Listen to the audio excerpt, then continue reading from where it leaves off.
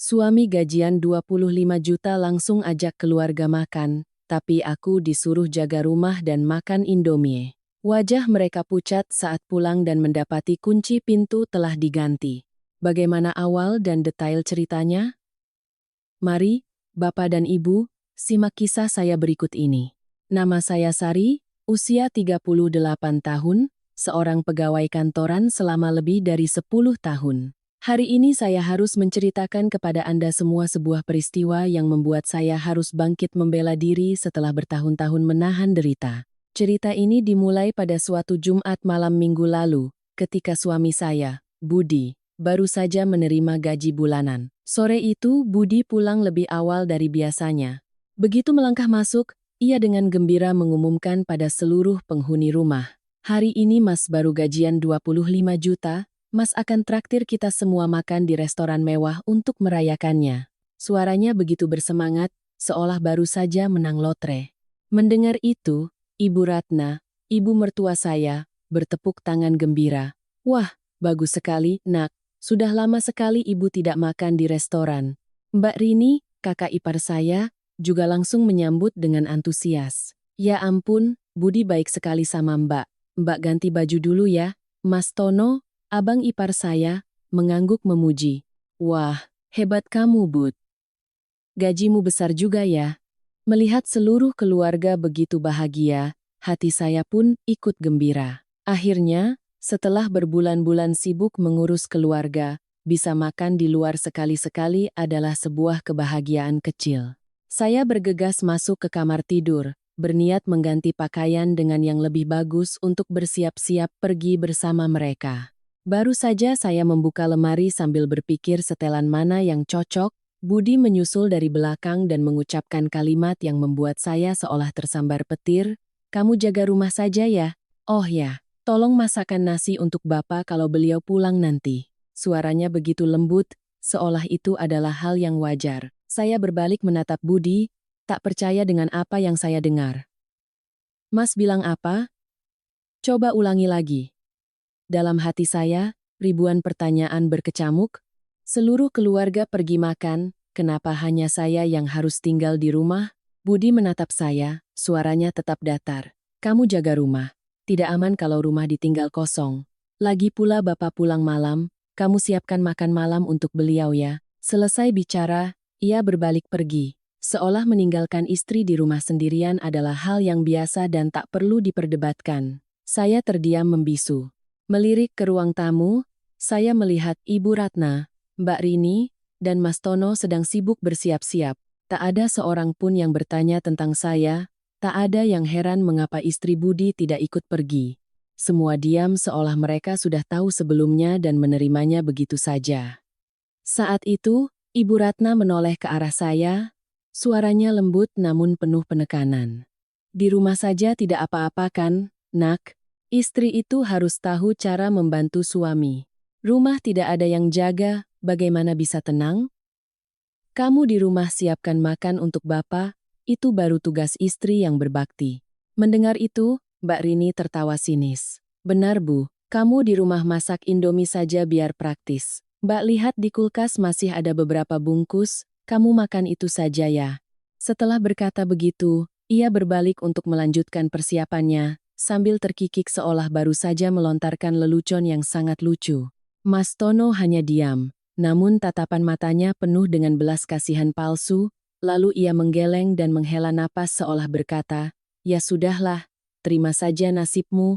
Sementara itu, Budi sudah selesai berganti pakaian. Sambil memegang kunci mobil, ia berkata pada yang lain, "Ayo berangkat. Sudah pesan meja jam 7, nanti keburu telat." Tak ada satupun pertanyaan untuk saya, tak ada kata-kata penghiburan, bahkan sekadar lirikan pun tidak. Seluruh keluarga pergi dengan riuh. Suara tawa gembira mereka terdengar saat melangkah keluar pintu. Suara mesin mobil menyala, lalu perlahan bergerak meninggalkan halaman. Dan tinggallah saya, berdiri di tengah rumah menatap pintu yang baru saja dibanting tertutup. Rumah ini menjadi sunyi senyap hingga terasa dingin. Saya berjalan perlahan ke dapur, membuka kulkas. Benar seperti kata Mbak Rini, isinya hanya beberapa bungkus Indomie, beberapa siung bawang merah kering, dan sedikit sayuran yang sudah layu. Tak ada daging, tak ada ikan, tak ada bahan untuk memasak makanan yang layak.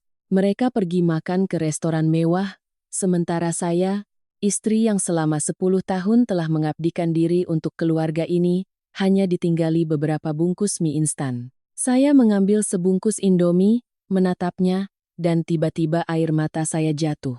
Bukan karena sebungkus mie itu, tapi karena ketidakadilan yang telah dan sedang saya alami. Selama 10 tahun, saya rutin menyerahkan gaji saya pada Budi, mengurus keluarga, melayani ibu mertua, menahan hinaan dari kakak dan abang ipar. Tapi untuk sekadar makan bersama pun saya tidak diizinkan.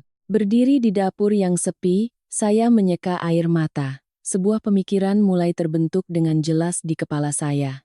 Saya sudah terlalu lama menderita. Sudah saatnya saya melakukan sesuatu untuk diri saya sendiri, untuk harga diri saya. Saya tidak bisa terus-menerus menjadi orang yang ditinggalkan seperti ini. Saya meletakkan bungkus Indomie itu, mengambil ponsel, menatap layarnya. Saya tahu malam ini akan menjadi malam yang menentukan. Saya tidak akan lagi menjadi wanita yang pasrah. Keputusan final dalam diri saya sudah bulat, dan mereka seluruh keluarga suami saya harus membayar harga atas perbuatan mereka. Berdiri di dapur yang senyap itu, saya tiba-tiba teringat masa-masa awal perkenalan kami. Saat itu kami masih muda. Saya 28 tahun, Budi 30. Ia mengejar saya dengan sangat gigih. Hampir setiap hari muncul di kantor saya hanya untuk menjemput saya pulang kerja. Saya masih ingat betul saat Budi menyatakan cintanya. Ia berkata, "Kamu tenang saja, sayang. Aku akan menjagamu seumur hidup. Aku tidak akan pernah membiarkanmu menderita atau bersusah payah seperti ini lagi." Saat itu, saya percaya pada janji-janjinya. Saya pikir saya telah menemukan pria yang baik, sandaran yang kokoh untuk hidup saya. Ketika memutuskan menikah dengan Budi, keluarga saya sempat sedikit khawatir. Ibu saya pernah berkata, "Nak, keluarga mereka punya ibu yang sudah tua dan saudara-saudaranya ramai. Ibu takut kamu akan kerepotan nanti." Tapi saya menenangkan ibu, Sari cinta Budi, Bu. Sari percaya dia bisa menjaga Sari. Maka, saya mengangguk setuju untuk menikah dengan Budi, melangkah masuk ke dalam keluarga ini dengan segudang harapan akan masa depan yang cerah. Awal-awal menjadi menantu, Ibu Ratna bersikap cukup baik pada saya. Sesekali ia memasak makanan kesukaan saya, bertanya tentang pekerjaan saya. Namun sejak awal, ia juga sudah mengingatkan saya tentang tugas seorang menantu.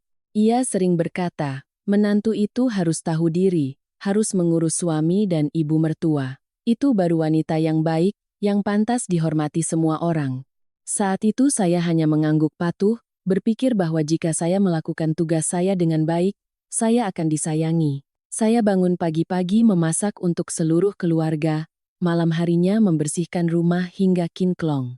Seberat apapun pekerjaan di kantor, setibanya di rumah saya tetap berusaha mengerjakan segalanya dengan sempurna. Mbak Rini dan Mas Tono saat itu sedang mengalami kesulitan hidup. Mbak Rini baru saja bercerai dari suami pertamanya, sementara Mas Tono usahanya terus merugi.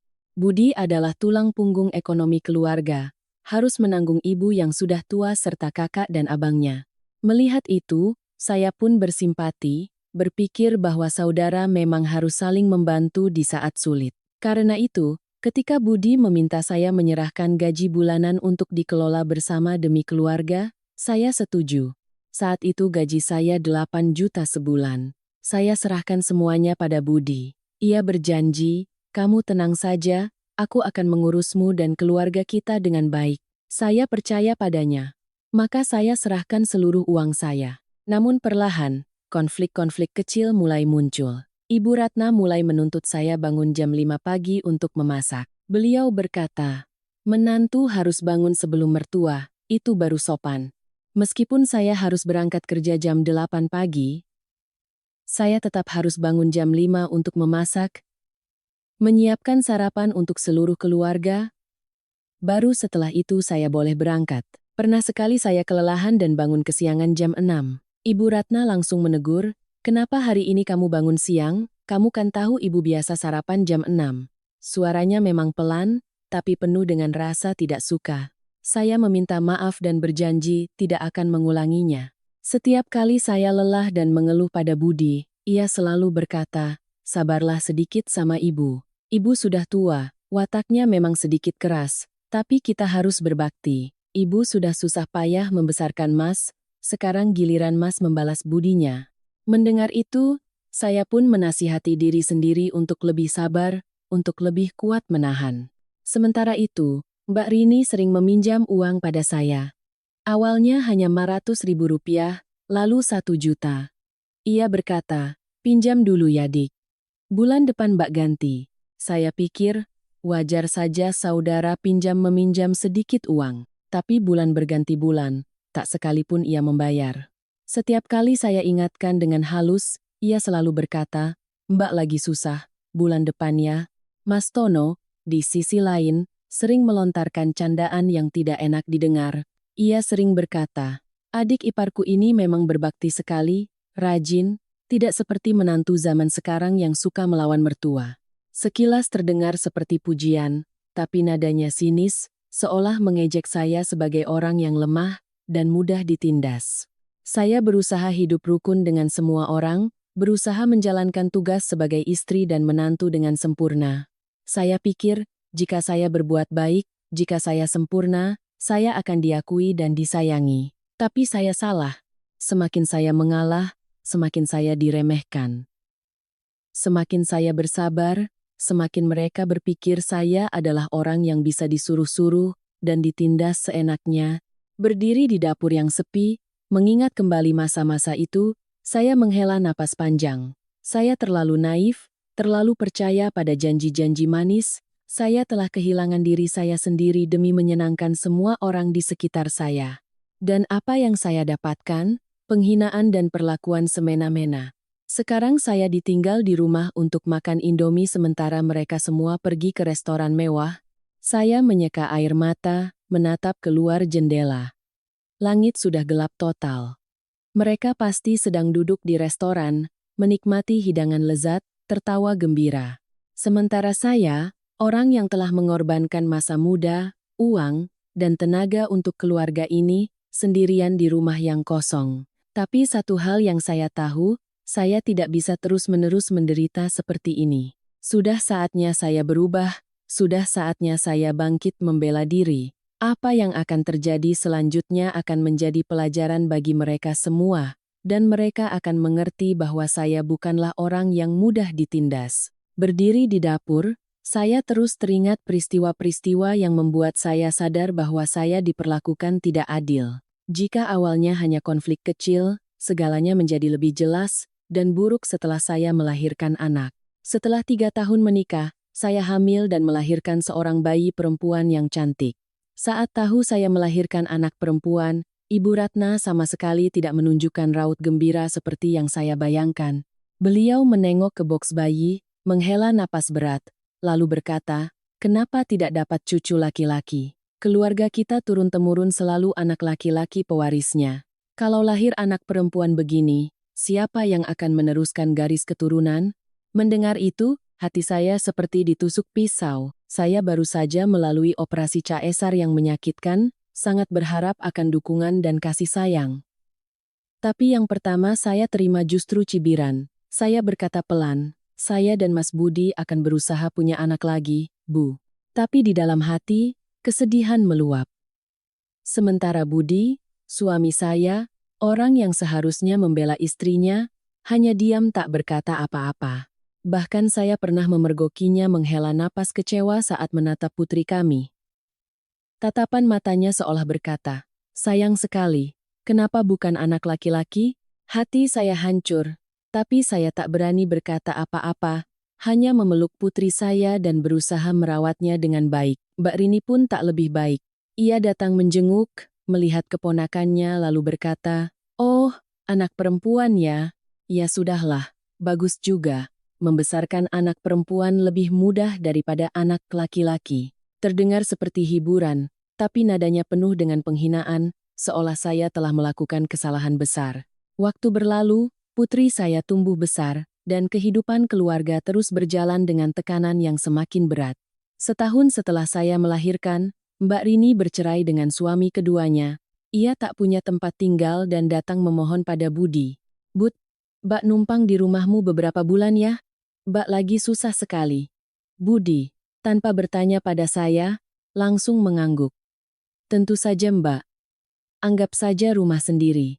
Maka, Mbak Rini pindah dan tinggal bersama kami. Katanya hanya beberapa bulan, tapi kenyataannya ia baru pindah setelah 6 bulan. Selama 6 bulan itu, Mbak Rini hidup seperti di hotel gratis. Ia tidak ikut membayar listrik, air, bahkan tidak berkontribusi untuk makan. Setiap bulan tagihan listrik dan air melonjak hampir 2 kali lipat, tapi ia tak pernah menyinggung soal berbagi biaya.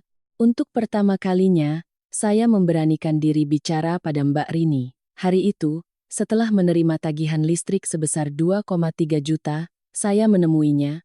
Mbak, bulan ini tagihan listrik dan air agak tinggi. Apa Mbak bisa bantu bayar sedikit? Suara saya pelan dan hati-hati. Takut ia tersinggung. Tapi begitu mendengar ucapan saya, wajah Mbak Rini langsung berubah. Ia berteriak, "Loh, ini kan rumah adikku. Masa Mbak tidak boleh tinggal?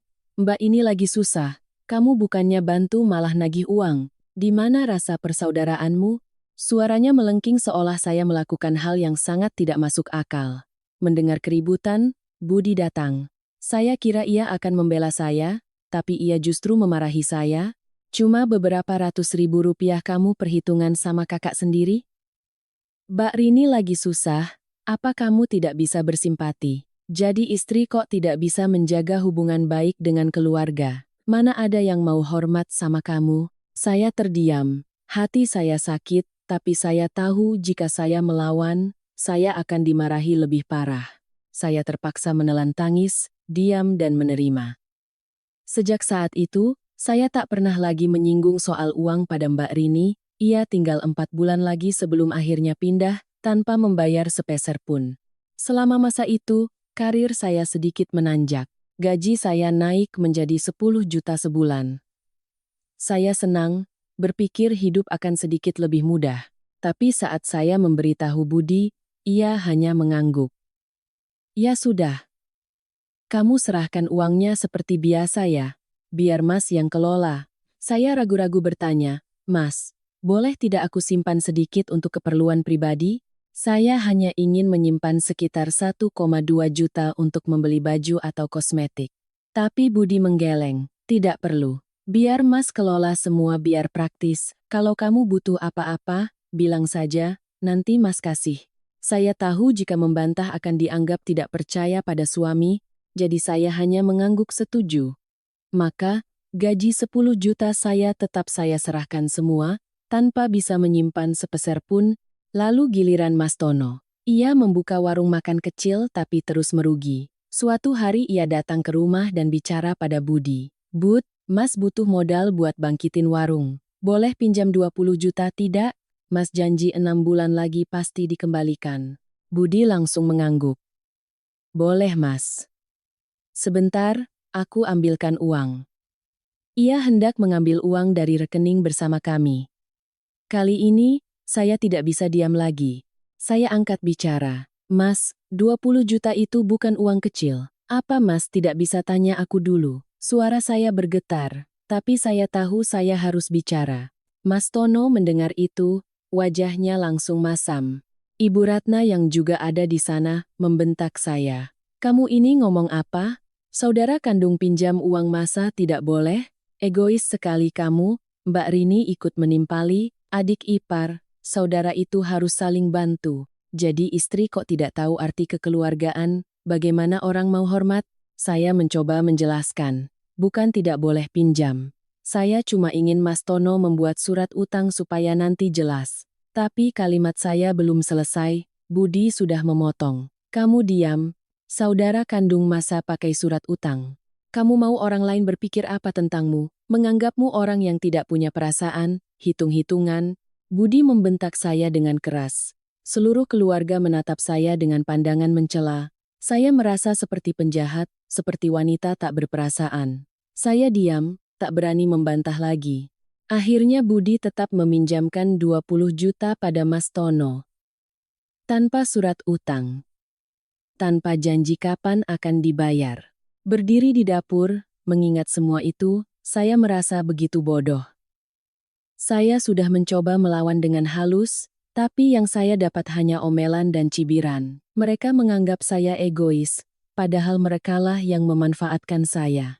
Dari peristiwa-peristiwa ini, saya mulai sadar bahwa di keluarga ini, saya hanyalah alat untuk mencari uang dan melayani.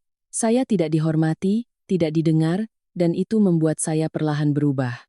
Jika peristiwa-peristiwa sebelumnya hanya membuat saya sedih dan kecewa, maka kejadian yang akan saya ceritakan berikut ini adalah puncak yang membuat saya sadar betapa tidak adilnya perlakuan mereka. Ini terjadi tahun lalu, saat ayah saya sakit parah. Hari itu saya menerima telepon dari ibu saya. Suara ibu bergetar menahan tangis. "Nak, bapakmu sakit parah. Kata dokter harus segera dioperasi, butuh biaya 12 juta. Kita tidak punya uang, bagaimana ini, Nak?" Mendengar itu, jantung saya seolah berhenti berdetak. Ayah saya telah membesarkan saya dengan susah payah sepanjang hidupnya. Sekarang beliau sakit, sebagai anak saya harus berbuat sesuatu. Saya segera berkata pada ibu, "Ibu tenang, Sari akan urus." Lalu saya menutup telepon dan berlari mencari Budi. Saat itu Budi sedang menonton TV. Saya berkata, "Mas, Bapak sakit parah, butuh 12 juta untuk operasi darurat, tolong ambilkan uang dari rekening kita ya." Suara saya memohon putus asa. Budi menatap saya lalu menggeleng. "Keluarga kita lagi susah, sayang. Mas baru saja pinjamkan uang 20 juta ke Mas Tono dan belum kembali, belum lagi harus urus ibu. Kamu cari pinjaman lain saja ya." Selesai berkata begitu, ia kembali menonton TV, seolah sakitnya ayah saya tak ada hubungannya dengan dia. Saya terdiam, tak percaya dengan apa yang saya dengar. Saya bertanya lagi, "Mas bilang apa?" "Bapak harus segera dioperasi, kalau tidak ada uang, nyawa Bapak terancam, Mas." Air mata saya mengalir, suara saya bergetar, tapi Budi tetap dingin. "Coba saja pinjam ke saudara atau teman-temanmu. Keluarga kita benar-benar tidak ada uang lebih." Ia bahkan tidak menatap saya, matanya tetap terpaku pada layar TV.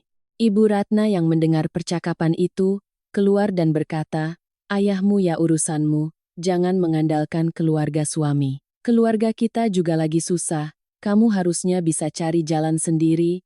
Suaranya sedingin es, tanpa simpati sedikit pun. Saya menatap ibu mertua, lalu menatap Budi. Hati saya hancur sehancur-hancurnya. Selama 10 tahun saya menyerahkan gaji saya pada keluarga ini, totalnya lebih dari 1 miliar. Tapi saat saya butuh 12 juta untuk menyelamatkan ayah saya, mereka menolak. Tak ada pilihan lain, saya berlari ke sana kemari mencari pinjaman. Saya pinjam dari Mbak Dian 3 juta, dari rekan kerja lain 2 juta, dari Ibu Siti tetangga 2 juta, dari teman lama 3 juta, lalu saya bongkar tabungan rahasia saya yang hanya ada 2 juta. Terkumpul pas 12 juta. Saya serahkan pada ibu untuk biaya operasi ayah. Syukurlah, operasi berjalan lancar dan ayah saya melewati masa kritis. Tapi di dalam hati saya, sebuah luka yang sangat dalam telah terbentuk. Saya merasa dikhianati, ditinggalkan oleh suami dan keluarga yang telah saya layani dengan sepenuh hati. Tapi yang lebih menyakitkan adalah apa yang terjadi setelahnya. Hanya seminggu setelah saya pontang-panting mencari pinjaman, Budi menarik 30 juta dari rekening bersama untuk membelikan sebuah motor metik baru untuk Mbak Rini sebagai hadiah ulang tahun. Hari itu Mbak Rini pulang dengan gembira sambil pamer. "Ya ampun, Budi baik sekali sama Mbak. Dibelikan motor baru buat hadiah ulang tahun." Mbak terharu sekali. Ia memeluk Budi, matanya berkaca-kaca karena bahagia. Saya berdiri menatap pemandangan itu. Di dalam dada saya api amarah berkobar. Saya menghampiri Budi dan bertanya, "Mas dapat uang dari mana untuk beli motor Mbak Rini?" Suara saya bergetar menahan marah.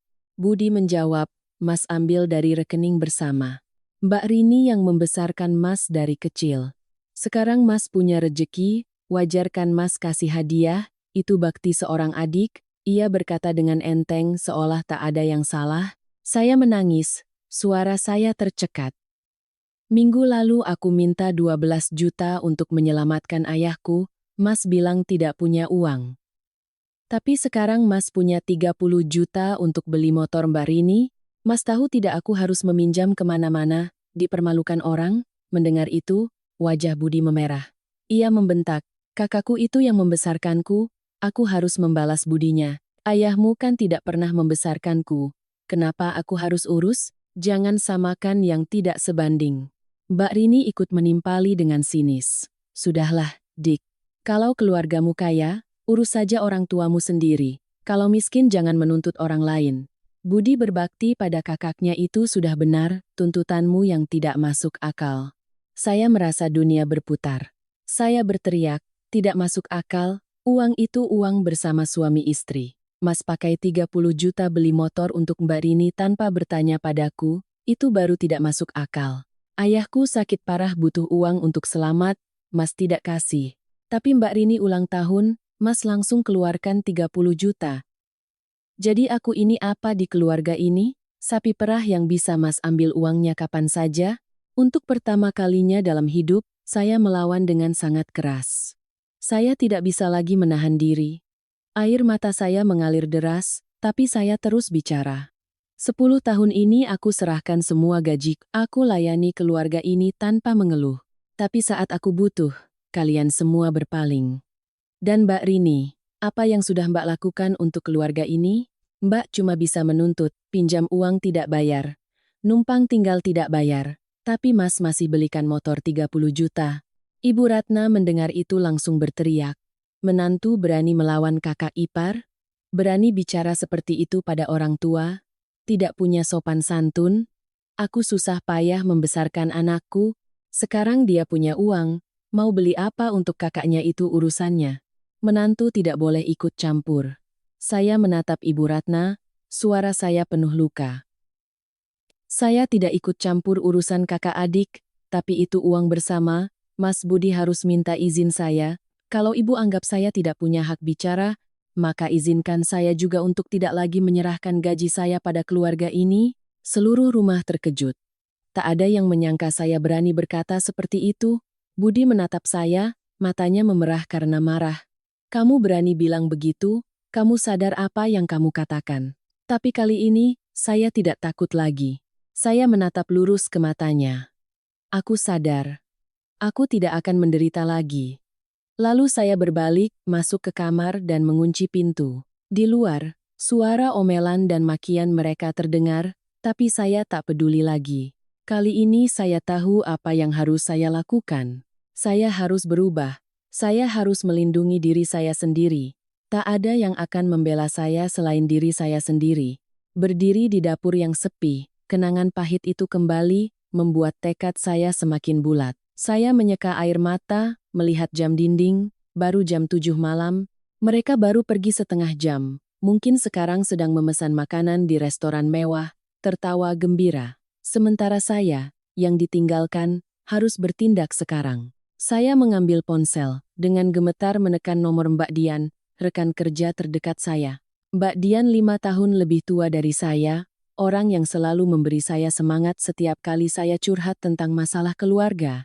Telepon berdering beberapa kali, lalu ia mengangkat.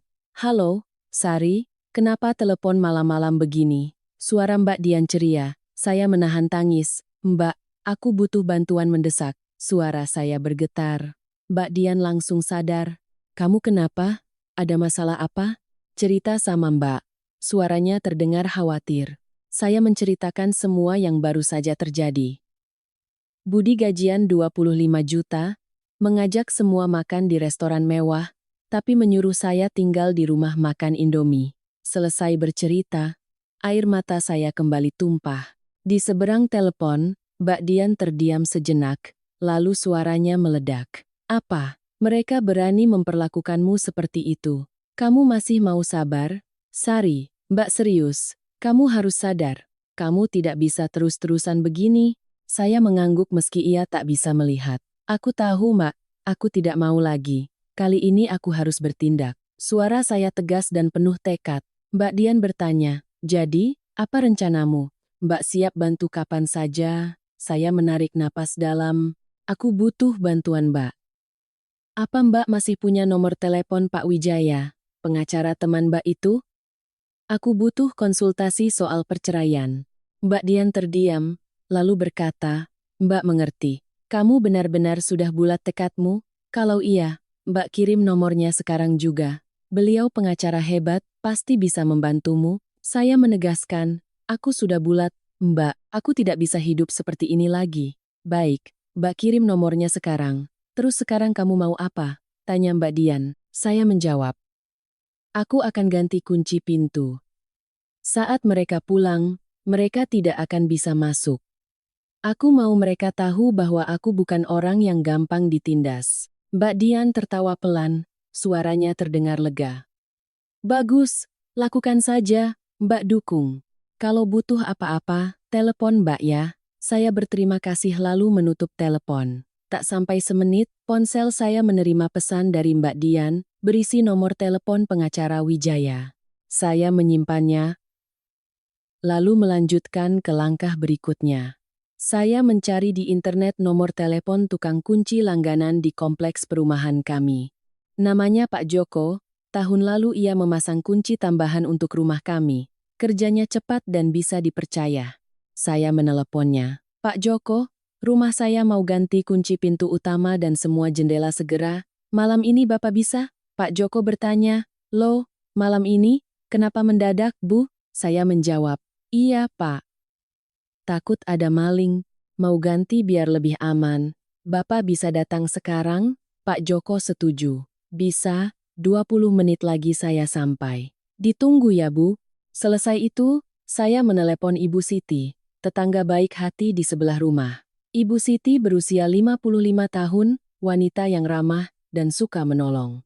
Beliau sering kasihan pada saya, berkali-kali berkata, kasihan Sari. Jadi istri kok diperlakukan begitu?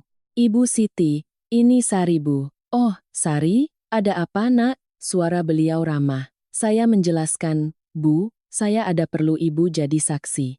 Saya sedang ganti kunci rumah. Saya takut nanti ada masalah. Ibu bisa ke rumah saya sebentar untuk jadi saksi? Ibu Siti sedikit kaget. Ganti kunci? Kenapa, nak? Saya menjawab, takut ada maling Bu, jadi diganti biar aman. Ibu tolong ke sini ya. Ibu Siti langsung setuju. Iya, nak, ibu ke sana sekarang. Tak sampai 5 menit, Ibu Siti sudah tiba. Beliau menatap saya dengan cemas. Kamu kenapa? Matamu bengkak begitu. Habis menangis ya? Saya mengangguk, suara tercekat. Bu, saya sudah tidak tahan lagi. Mereka jahat sekali sama saya. Ibu Siti memeluk saya. Ibu tahu nak. Ibu lihat kamu menderita sekali. Lakukan apa yang menurutmu benar, Ibu dukung. Tepat saat itu, Pak Joko si tukang kunci datang membawa set kunci baru dan peralatannya. Saya menunjukkan pintu utama dan jendela yang harus diganti kuncinya. Pak Joko mengangguk dan mulai bekerja. Sementara ia bekerja, saya masuk ke kamar tidur, membuka lemari, dan mencari semua dokumen penting. Sertifikat hak milik, SHM, rumah atas nama saya dan Budi saya ambil, lalu saya foto, BPKB mobil, buku tabungan, semua saya foto. Bukti-bukti ini akan sangat penting jika saya memutuskan untuk bercerai. Lalu saya membuka aplikasi mobile banking, mencari riwayat transfer Budi. Saya menemukan dengan jelas, transfer 20 juta ke Mbak Rini dengan keterangan pinjaman, transfer 30 juta ke dealer motor dengan keterangan beli motor untuk Mbak Rini, transfer 25 juta ke Mas Tono dengan keterangan pinjaman. Saya screenshot semuanya dan simpan di folder khusus. Inilah bukti perlakuan diskriminatif Budi. Ia punya uang dia 10 juta untuk membelikan motor kakaknya, punya puluhan juta untuk dipinjamkan, tapi menolak memberi saya 12 juta untuk menyelamatkan ayah saya. Sekitar 40 menit kemudian, Pak Joko selesai. Ia memberikan saya set kunci baru. Sudah beres, Bu. Sekarang hanya ibu yang bisa masuk. Kunci lama sudah tidak bisa dipakai lagi. Saya berterima kasih dan membayar jasanya. Pak Joko pulang, sementara Ibu Siti tetap tinggal. Beliau bertanya, apa rencanamu selanjutnya, nak? Saya menghela napas. Saya akan tunggu mereka pulang. Mereka tidak akan bisa masuk, dan saat itu saya akan jelaskan semuanya. Ibu Siti mengangguk. Ibu di sini menemanimu jadi saksimu. Jangan khawatir. Saya tersenyum, merasa sangat bersyukur. Beruntung saya masih punya orang-orang baik di sekitar saya. Saya melihat jam, sudah jam 8.30 malam. Mereka mungkin masih asyik makan. Tapi saat mereka pulang, mereka akan berhadapan dengan Sari yang baru. Seorang wanita yang tidak akan lagi menoleransi ketidakadilan. Setelah Pak Joko pulang, saya duduk di sofa, Ibu Siti duduk di samping saya memberi semangat. Tapi di kepala saya, pikiran terus berputar. Mengganti kunci saja tidak cukup, saya harus mempersiapkan diri lebih matang. Jika ingin benar-benar melindungi hak saya harus bertindak cerdas dan tegas. Saya menoleh pada Ibu Siti. Bu, saya masih ada beberapa urusan lagi. Ibu tunggu di sini sebentar ya. Ibu Siti mengangguk. Lakukan saja, Nak. Ibu di sini. Saya masuk ke kamar, mengambil ponsel, menatap nomor pengacara Wijaya yang dikirim Mbak Dian, lalu saya menelepon. Setelah beberapa kali dering, sebuah suara pria yang tenang menjawab, "Halo," dengan Wijaya di sini. Suaranya sopan dan profesional. Saya sedikit gugup. "Selamat malam, Pak. Saya Sari, teman Mbak Dian. Beliau yang memberikan nomor Bapak." "Oh, iya. Mbak Dian sudah memberitahu saya. Anda ada masalah rumah tangga, betul?" tanya Pak Wijaya. Saya mengangguk meski ia tak melihat. "Betul, Pak. Saya ingin konsultasi soal perceraian dan pembagian harta. Apa besok pagi Bapak ada waktu?" "Bisa. Besok jam 9 pagi, silakan datang ke kantor saya. Nanti kita diskusikan detailnya," jawab Pak Wijaya. Saya mengkonfirmasi alamatnya, berterima kasih, lalu menutup telepon. Selesai langkah ini, saya lanjut ke langkah berikutnya. Mengamankan aset pribadi. Selama 10 tahun, saya selalu menyerahkan gaji saya.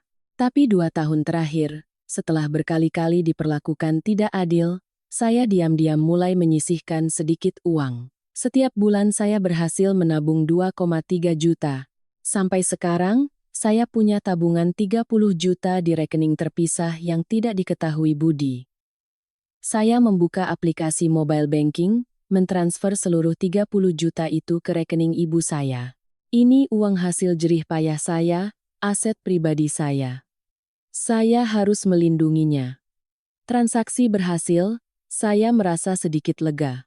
Selanjutnya, saya mengambil pulpen dan kertas, mulai mendaftar aset bersama kami. Rumah ini nilainya sekitar 2,5 miliar, atas nama kami berdua. Mobil keluarga 7,seater nilainya sekitar 800 juta. Juga atas nama bersama. Uang di rekening bersama tersisa sekitar 150 juta. Tapi saya juga ingat dengan jelas utang-utang yang tak pernah ditagih. Mbak Rini pinjam 20 juta 2 tahun lalu belum bayar, Budi belikan motor 30 juta untuk Mbak Rini. Mas Tono pinjam 25 juta tahun lalu juga belum bayar. Totalnya 75 juta, angka yang tidak kecil. Saya tulis semuanya, mencatat setiap detail. Ini akan menjadi bukti penting saat saya berkonfrontasi dengan mereka, saat saya menuntut hak saya. Selesai itu, saya membuka pesan dan mengirim SMS ke Budi. "Mas di mana? Kapan pulang? Ada hal penting yang mau aku bicarakan." Setelah mengirim, saya menunggu. 5 menit kemudian, Budi membalas. "Lagi makan, pulang malam, kamu tidur saja." Membaca pesan itu, saya tersenyum pahit. Dia masih mengira saya akan patuh menunggunya pulang. Dia tidak tahu malam ini akan menjadi malam yang tak akan pernah ia lupakan. Saya balas lagi, "Aku tidak bisa tidur, Mas. Pulang cepat ya, ada hal yang sangat penting." Kali ini Budi tidak membalas. Mungkin ia sedang asyik bersama keluarganya, tak mau diganggu. Saya meletakkan ponsel, berjalan ke ruang tamu. Ibu Siti bertanya, "Sudah selesai semua, Nak?" Saya mengangguk. "Sudah, Bu. Sekarang tinggal menunggu mereka pulang." Ibu Siti berkata, "Ibu lihat kamu begitu tegar. Ibu jadi tenang. Kamu sudah terlalu lama menderita, sudah saatnya kamu bangkit." Saya duduk di sampingnya, menghela napas. Ibu tahu, sekarang hati saya campur aduk antara takut dan gugup, tapi anehnya juga terasa lega. Saya tahu saya melakukan hal yang benar. Ibu Siti menepuk pundak saya. Kamu benar, Nak. Kita perempuan harus bisa melindungi diri kita sendiri. Kami mengobrol sejenak. Ibu Siti bercerita tentang masa lalunya saat ia juga pernah diperlakukan tidak adil oleh keluarga suaminya, tapi ia bangkit dan akhirnya bisa hidup bebas dan bahagia. Mendengar ceritanya, tekad saya semakin kuat. Jam menunjukkan pukul 9 malam. Suara yang mengejek. Saya letakkan bungkus mie itu, tidak jadi memasaknya. Saya tidak mau menerimanya, tidak mau menerima nasib yang dipaksakan. Sebaliknya, saya mengambil sisa sayuran dan memasak semangkuk bubur hangat untuk diri saya sendiri. Setidaknya, saya harus menghargai diri saya. Sambil memasak, saya memikirkan pertemuan dengan pengacara besok. Saya akan bertanya tentang hak-hak saya saat bercerai, cara membagi aset, cara menagih utang-utang ipar saya. Saya harus siap. Selesai makan bubur, saya membersihkan dapur. Ibu Siti berkata, "Nak, sudah malam. Ibu pulang dulu ya. Kalau butuh apa-apa, panggil ibu." Saya menahannya. "Bu, ibu bisa tinggal sebentar lagi? Saya takut waktu mereka pulang nanti ribut." "Ada ibu di sini, saya lebih tenang." Ibu Siti mengangguk. "Baik, Nak. Ibu temani kamu, ibu jadi saksimu." Kami duduk di ruang tamu menunggu. Rumah sunyi, hanya terdengar detak jam. Setiap menit terasa menegangkan, tapi hati saya penuh dengan tekad. Saya tahu malam ini akan menentukan. Saat mereka pulang, saat mereka tahu kunci sudah diganti, saat mereka tahu keputusan saya, segalanya akan meledak. Tapi saya siap. Saya tidak akan mundur lagi. Saya menatap keluar jendela, ke jalanan yang sepi, dan berkata pada diri sendiri, "Sari, kamu sudah menderita 10 tahun. Malam ini, kamu akan merebut kembali harga dirimu. Kamu pantas dihormati. Kamu pantas bahagia." Jam menunjukkan pukul 10 malam. Saya dan Ibu Siti masih duduk di ruang tamu, tegang menunggu. Tiba-tiba, suara mesin mobil terdengar di halaman. Mereka pulang. Jantung saya berdebar kencang, tapi saya berusaha tenang. Pintu mobil terbuka, suara tawa, dan obrolan riuh terdengar. Ibu Ratna berkata, "Makanannya enak sekali tadi. Restorannya mewah. Sudah lama sekali ibu tidak makan seperti ini." Mbak Rini menimpali, "Iya, kepiting saus padangnya juara. Budi memang paling tahu cara menyenangkan keluarga." Mas Tono tertawa. "Harus dong, gajian 25 juta, kan harus dirayakan." Budi terkekeh. "Ah, Bapak, Ibu, Mbak, Mas bisa saja. Nanti kalau gajian lebih besar, kita makan-makan lagi." Mendengar percakapan itu, hati saya pedih. Mereka bahagia, sementara saya, istri yang telah 10 tahun berkorban, ditinggal di rumah. Langkah kaki mereka mendekati pintu. Saya mendengar Budi merogoh sakunya. "Biar Mas yang buka." Suara kunci bergemerincing, lalu ia memasukkannya ke lubang kunci. Tapi kunci itu tidak bisa berputar. Budi mencoba lagi, tetap tidak bisa. Ia heran. "Loh, aneh. Kok kuncinya tidak bisa masuk?" Ibu Ratna bertanya, "Kenapa, Nak?" "Pintunya macet." Budi mencoba untuk ketiga kalinya, gagal. Ia mengetuk pintu keras-keras. "Sari, buka pintunya. Kunci Mas ketinggalan di dalam." Saya berdiri, Ibu Siti juga ikut berdiri. Beliau berbisik, "Ibu di sini jadi saksimu, Nak." Saya mengangguk berjalan ke pintu. Saya membuka pintu, tapi hanya sedikit, selebar badan saya. Saya berdiri menghalangi jalan masuk, menatap lurus ke wajah Budi. Suara saya dingin, sangat berbeda dari biasanya. "Kuncinya sudah diganti." Budi terkejut. "Apa? Kamu bilang apa?" Saya mengulang, suara saya tenang.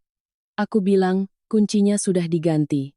Kunci yang lama tidak bisa dipakai lagi." Ibu Ratna mendorong Budi ke samping, menatap saya dengan syok. "Kamu ini bicara apa? Berani-beraninya kamu ganti kunci rumah suami? Kamu sadar apa yang kamu lakukan?" Saya tidak takut. Saya mengeluarkan fotokopi SHM dari saku, menunjukkannya pada mereka. Suara saya jelas dan lantang. Rumah ini atas nama saya dan Mas Budi. Ini harta bersama. Saya punya hak mengganti kunci untuk melindungi aset saya. Mbak Rini melihat surat itu, wajahnya pucat pasi. Ia maju ke depan. Kamu mau bikin gara-gara ya? Kamu pikir kamu siapa? Budi, istrimu ini sudah gila, kamu harus kasih dia pelajaran. Budi terdiam, wajahnya merah padam. Ia menatap saya tak percaya. Mungkin selama 10 tahun, ia tak pernah melihat saya setegas ini. Suaranya bergetar. Kamu ini main-main ya? Buka pintunya sekarang, biarkan ibu masuk. Ibu sudah lelah. Saya tetap berdiri di ambang pintu, suara saya tenang namun tegas. Kalian pergi makan mewah, meninggalkan aku di rumah sendirian dengan Indomie, sekarang mau masuk? Jawab dulu beberapa pertanyaanku. Ibu Ratna berteriak. Menantu tidak punya sopan santun, berani melawan mertua? Kamu tahu dosamu besar? Tapi saya tak goyah. Saya menatap lurus ke matanya. Saya tidak melawan ibu. Saya hanya membela hak saya. Ibu dengarkan dulu penjelasan saya, nanti ibu akan paham. Mas Tono yang berdiri di belakang ikut bicara. Adik ipar, kamu ini kenapa? Buka pintunya, jangan bikin malu keluarga. Saya menoleh padanya. Malu? Saat kalian semua meninggalkan saya di rumah dengan mie instan, di mana harga diri saya? Mbak Rini membentak, sudah, jangan banyak drama. Istri itu harus berkorban untuk suami dan keluarga. Kamu cuma jaga rumah, apa salahnya? Kenapa dibesar-besarkan? Saya menatap Mbak Rini. Suara saya sedingin es. Berkorban? 10 tahun ini apa pengorbananku belum cukup? Aku serahkan seluruh gajiku untuk keluarga ini. Aku urus kalian semua tanpa mengeluh. Tapi saat aku butuh, kalian perlakukan aku seperti pembantu. Hari ini, aku tidak terima lagi. Budi mendekat, suaranya melunak, mencoba mengendalikan situasi. Sayang, tenang dulu. Buka pintunya, kita bicara di dalam ya. Jangan ribut di luar. Saya menggeleng. Tidak, kita bicara di sini sekarang. Ada Ibu Siti sebagai saksi. Saya menoleh ke belakang. Ibu Siti melangkah maju dan berdiri di samping saya. Beliau mengangguk pada mereka, mengkonfirmasi kehadirannya. Melihat Ibu Siti, wajah Budi semakin pucat. Ia tahu masalah ini sudah serius, sudah ada orang luar yang menyaksikan. Saya mengeluarkan ponsel, membuka rekaman suara yang sudah saya siapkan. Aku sudah siapkan semuanya. Kalau kalian mau masuk, dengarkan dulu penjelasanku. Ibu Ratna gemetar. Kamu melakukan ini, kamu durhaka. Kamu akan kena karma. Saya menatapnya. Suara saya tetap tenang namun penuh luka. Saya tidak durhaka, Bu. Saya tetap hormat pada ibu, tapi saya tidak akan menerima perlakuan tidak adil lagi. Saya beralih ke Budi dan mulai bicara. Mas ingat, tahun lalu ayahku sakit parah, butuh 12 juta untuk operasi. Aku mohon pada Mas. Tapi Mas bilang keluarga lagi susah, Mas suruh aku cari pinjaman sendiri. Aku harus pinjam kemana-mana, menanggung malu. Budi mencoba memotong. Waktu itu kita benar-benar susah. Saya tidak biarkan ia melanjutkan. Susah, tapi seminggu kemudian Mas dapat uang dari mana 30 juta untuk beli motor Mbak Rini? Mas dapat uang dari mana 20 juta untuk dipinjamkan pada Mbak Rini sebelumnya? Mas dapat uang dari mana 25 juta untuk dipinjamkan pada Mas Tono? Saya menunjukkan screenshot bukti transfer di ponsel saya. Suara saya bergetar namun jelas. Ini, aku punya semua buktinya. Mas transfer 20 juta ke Mbak Rini dengan keterangan pinjaman. Mas transfer 30 juta untuk beli motor. Mas transfer 25 juta ke Mas Tono. Totalnya 75 juta. Sementara ayahku butuh 12 juta untuk selamat, Mas menolak. Mbak Rini dan Mas Tono terdiam. Mereka tak menyangka saya sudah mempersiapkan segalanya. Ibu Ratna masih berusaha berteriak. Itu uang anakku, dia mau kasih siapa saja itu haknya, menantu tidak boleh ikut campur. Saya menatapnya, kali ini suara saya lebih tajam. Itu bukan hanya uang Mas Budi, itu uang bersama suami istri. Selama 10 tahun, saya serahkan gaji saya setiap bulan, totalnya lebih dari 1 miliar rupiah. Mas Budi menggunakan uang itu harus dengan izin saya. Saya menarik napas dalam. Hari ini Mas gajian 25 juta, Mas ajak semua makan kecuali aku. Mas tinggalkan aku di rumah dengan sebungkus Indomie. Itu adalah puncaknya. Aku tidak tahan lagi. Budi gemetar. Kamu mau apa? Saya menatap lurus ke matanya, mengucapkan setiap kata dengan jelas. Aku mau cerai. Kalimat aku mau cerai dari mulut saya bagaikan bom yang meledak di tengah malam. Keempat orang yang berdiri di luar pintu terperangah, wajah mereka pucat pasi. Budi menganga, tak bisa berkata-kata. Apa? Coba ulangi lagi. Saya mengulanginya, suara saya tenang namun tegas. Aku bilang, aku mau cerai. Besok pagi aku akan bertemu pengacara untuk membahas pembagian harta Gonogini. Ibu Ratna menjerit histeris. Ya Tuhan, menantu berani minta cerai? Kamu tidak punya malu? Kamu mau mempermalukan seluruh keluarga? Mbak Rini juga berteriak. Adik ipar sudah gila. Kamu sadar apa yang kamu katakan? Cerai? Kamu berani cerai dari adikku? Mas Tono terdiam, wajahnya pucat. Mungkin ia sadar situasi sudah sangat serius. Tapi saya tidak goyah. Saya sudah siap untuk momen ini. Saya melanjutkan, aku tidak gila. Aku hanya membela hakku. Kalian tahu, Ibu Siti di sini sebagai saksiku. Saya menoleh ke sudut teras, menunjuk ke kamera CCTV kecil yang saya pasang kemarin, dan lagi, aku sudah pasang kamera. Semua yang kalian katakan terekam, baik gambar maupun suara. Ini akan jadi bukti di pengadilan. Budi melihat ke arah kamera, wajahnya semakin pucat. Ia tak menyangka saya sudah bersiap sejauh ini. Ibu Siti di samping saya angkat bicara, suaranya tenang. Saya Siti, tetangga mereka. Saya di sini menjadi saksi untuk Sari. Saya melihat dengan jelas bagaimana Sari diperlakukan tidak adil oleh keluarga suaminya. Jika dibutuhkan, saya bersedia bersaksi di pengadilan. Mendengar itu, kaki Ibu Ratna gemetar. Ia masih mencoba berteriak. Siti, kamu jangan ikut campur urusan rumah tangga orang.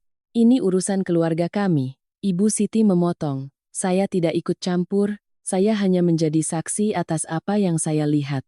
Sari itu orang baik, ibu jangan menindasnya lagi. Saya melanjutkan, mengambil ponsel dan membuka aplikasi mobile banking. Aku sudah mentransfer 30 juta tabungan pribadiku ke rekening ibuku. Itu uang yang aku kumpulkan diam-diam selama 2 tahun terakhir. Itu aset pribadiku, Mas tidak bisa menyentuhnya. Budi terbelalak. Kakakmu menyembunyikan uang. Kamu berani? Saya tertawa pahit. Tentu saja aku harus sembunyikan Mas. Kalau tidak, uang itu pasti sudah Mas berikan semua ke Mbak Rini dan Mas Tono. Aku tidak akan punya apa-apa. Mbak Rini membentak, adik ipar, kamu tahu apa yang kamu katakan? Kamu berani memfitnah Mbak? Saya menoleh padanya, suara saya dingin, aku tidak memfitnah. Aku punya bukti. Mbak pinjam 20 juta 2 tahun lalu belum bayar. Mbak menerima motor 30 juta dari Mas Budi. Mbak numpang di rumahku 6 bulan tidak bayar listrik dan air. Total utang Mbak pada kami berapa? Hitung saja sendiri. Wajah Mbak Rini merah padam, tak bisa berkata-kata. Mas Tono di sebelahnya juga menunduk, tak berani menatap saya. Saya beralih ke Mas Tono. Dan Mas Tono, Mas pinjam 25 juta tahun lalu untuk modal warung. Sampai sekarang, sudah dibayar? Mas Tono tergagap. Mas lagi susah. Bulan depan ya Mas bayar. Saya memotong, bulan depan? Mas sudah bilang begitu 12 kali. Aku tidak percaya lagi. Melihat situasi semakin tidak menguntungkan, Ibu Ratna duduk di lantai dan menangis meraung-raung. Ya Tuhan, menantuku durhaka, mau membunuh ibu mertuanya. Biar aku mati saja, aku tidak mau hidup lagi. Tapi kali ini, saya tidak luluh. Saya menatapnya, suara saya tetap tenang. Ibu tidak usah bersandiwara. Aku tahu ibu tidak sakit apa-apa. Ibu hanya menggunakan cara ini untuk menekanku, tapi aku tidak takut lagi. Ibu Siti juga angkat bicara. Ibu Ratna, jangan begitu. Sari sudah cukup menderita. Ibu harus adil pada menantu. Melihat itu, Budi mencoba menenangkan situasi. Suaranya bergetar. Sayang, jangan begini. Aku minta maaf. Aku salah. Buka pintunya. Kita bicara di dalam. Aku janji akan berubah. Saya menggeleng. Janji? Berapa kali Mas berjanji? Setiap kali aku protes, Mas selalu bilang akan berubah. Tapi nyatanya, Mas tetap membiarkan ibu dan saudara-saudaramu memperlakukanku dengan buruk. Saya menarik napas dalam, lalu melanjutkan, hari ini aku ingin Mas dan seluruh keluarga tahu dengan jelas. Aku akan bercerai dan membagi harta sesuai hukum. Rumah ini nilainya 2,5 miliar. Atas nama bersama, aku akan dapat setengahnya. Mobil 800 juta, aku juga dapat setengahnya. Uang tabungan 150 juta, aku dapat setengahnya. Saya berhenti sejenak, menatap tajam ke mata Budi. Dan yang terpenting, utang-utang yang Mas berikan pada Mbak Rini dan Mas Tono, total 75 juta, akan aku tagih karena itu adalah uang bersama. Mas tidak punya hak meminjamkannya tanpa izinku. Mendengar itu, Mbak Rini menjerit. Tidak bisa. Itu uang yang Budi berikan pada Mbak, bukan uangmu. Saya menatapnya dengan tajam. Menurut hukum, harta bersama suami istri harus digunakan atas persetujuan keduanya. Mas Budi meminjamkan uang padamu tanpa izinku, itu pelanggaran. Aku akan menuntutmu ke pengadilan, tunggu saja. Mas Tono panik. Adik ipar, jangan begitu, Mas janji akan bayar. Saya menggeleng, aku tidak percaya janji lagi. Aku akan menempuh jalur hukum. Besok pagi aku akan bertemu pengacara dan memulai prosesnya. Tiba-tiba, Budi berlutut di hadapan saya dan Ibu Siti. Ia menangis. Sayang, jangan lakukan ini. Aku mohon, aku akan berubah. Aku janji. Beri aku satu kesempatan terakhir, ya? Melihat Budi berlutut, hati saya sedikit goyah. Tapi saya teringat 10 tahun penderitaan, teringat saat-saat saya menangis memohon, saat-saat saya ditinggalkan. Saya tahu saya tidak boleh lemah, Mas, bangun. Berlutut tidak akan menyelesaikan masalah. Keputusanku sudah bulat. Melihat Budi berlutut, Ibu Ratna merangkak dan memegang kaki saya. Nak, Ibu mohon, maafkan Budi. Ibu janji akan memperlakukanmu lebih baik, tapi saya tetap menggeleng. Ibu, bangun. Saya tidak mau melihat Ibu seperti ini, tapi saya tidak bisa percaya lagi. Ibu Siti berbisik pada saya, apapun keputusanmu, Ibu hormati. Tapi jika kamu memberinya kesempatan, buatlah syarat yang jelas. Saya berpikir sejenak, akhirnya saya berkata, baik, aku beri Mas satu kesempatan terakhir, tapi dengan syarat. Budi mengangkat kepalanya, matanya penuh harap. Katakan, sayang. Apapun akan Mas lakukan. Saya berkata dengan jelas. Pertama, Mbak Rini dan Mas Tono harus mengembalikan seluruh utang, dengan surat perjanjian bermaterai yang jelas. Kedua, mulai sekarang, Ibu tidak boleh ikut campur urusan rumah tangga kita. Ketiga, keuangan harus transparan, setiap pengeluaran besar harus atas persetujuanku. Jika Mas melanggar salah satu saja, aku akan langsung mengajukan cerai tanpa negosiasi. Budi mengangguk berkali-kali. Iya, sayang, Mas setuju semuanya. Malam itu, setelah menetapkan syarat-syarat yang jelas, saya tetap tidak mengizinkan mereka masuk. Saya menyuruh mereka menginap di rumah Mbak Rini satu malam, dan besok pagi bertemu di kafe dengan pengacara untuk menandatangani surat perjanjian resmi. Budi memohon, tapi saya tegas. Mereka harus mengerti bahwa saya bukan lagi wanita lemah yang dulu. Keempat orang itu akhirnya kembali ke mobil dan pergi ke rumah Mbak Rini. Rumah Mbak Rini kecil, hanya 2 kamar. Malam itu mereka harus berdesakan. Ibu Ratna tidak bisa tidur, terus mengeluh. Aku susah payah membesarkan anak, sekarang malah diusir menantu. Sakit sekali hatiku. Budi juga tidak bisa tidur. Ia berbaring di sofa, merenungkan semua yang telah terjadi. Mungkin untuk pertama kalinya ia sadar betapa buruknya ia telah memperlakukan istrinya. Sedangkan saya, malam itu saya juga tidak bisa tidur. Tapi anehnya, hati saya terasa sangat lega. Setelah 10 tahun menderita, akhirnya saya berani bangkit. Saya tahu jalan di depan masih panjang, tapi setidaknya saya sudah memulainya. Keesokan paginya, jam 9 tepat, saya sudah berada di kafe yang dijanjikan bersama pengacara, Pak Wijaya. Mbak Dian juga datang menemani, ia menggenggam tangan saya. Kamu hebat, Sar, aku bangga padamu. Pak Wijaya adalah pria berusia 40-an, berpakaian rapi dengan tatapan tajam, ia menjabat tangan saya. Mbak Dian sudah menceritakan garis besarnya. Sekarang, silakan Ibu Sari ceritakan lebih detail. Saya menceritakan semuanya, dari 10 tahun penderitaan, ayah saya yang sakit, hingga puncaknya saat saya ditinggal makan Indomie. Pak Wijaya mengangguk dan mencatat dengan teliti. Ia berkata, kasus ibu sangat jelas. Ibu punya bukti lengkap tentang perlakuan diskriminatif dan penggunaan aset bersama yang tidak semestinya. Jika bercerai, ibu akan mendapatkan pembagian yang adil. Ia berhenti sejenak. Tapi sebelum itu, ibu bisa memberinya satu kesempatan dengan surat perjanjian yang jelas, disaksikan oleh pengacara. Jadi jika ia melanggar, ibu bisa langsung mengajukan cerai tanpa perlu alasan tambahan. Saya mengangguk. Saya sudah memikirkannya. Saya ingin memberinya satu kesempatan terakhir, tapi harus dengan kekuatan hukum. Tepat jam 10, Budi muncul. Wajahnya kuyu dan matanya bengkak karena kurang tidur. Di belakangnya ada Ibu Ratna, Mbak Rini, dan Mas Tono. Semuanya tampak lelah. Melihat saya, mata Budi berbinar, tapi saat melihat Pak Wijaya, wajahnya kembali pucat. Ia mendekat dan berbisik, kamu serius mau cerai? Saya menatapnya dengan tenang.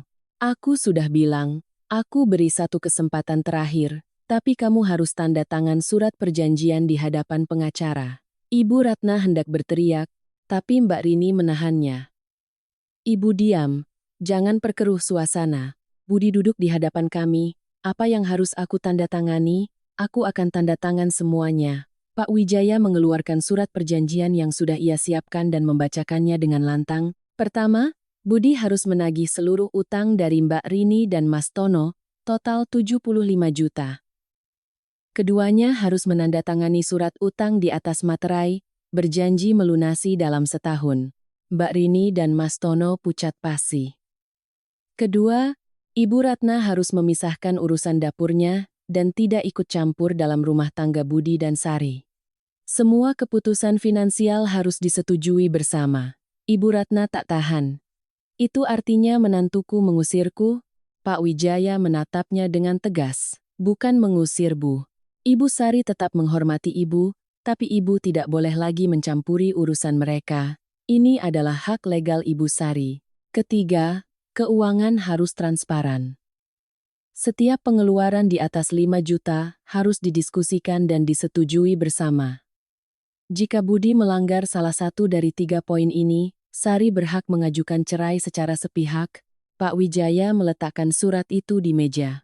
Apakah Anda setuju? Budi menatap saya, matanya penuh penyesalan. Aku setuju, aku minta maaf, sayang, aku salah.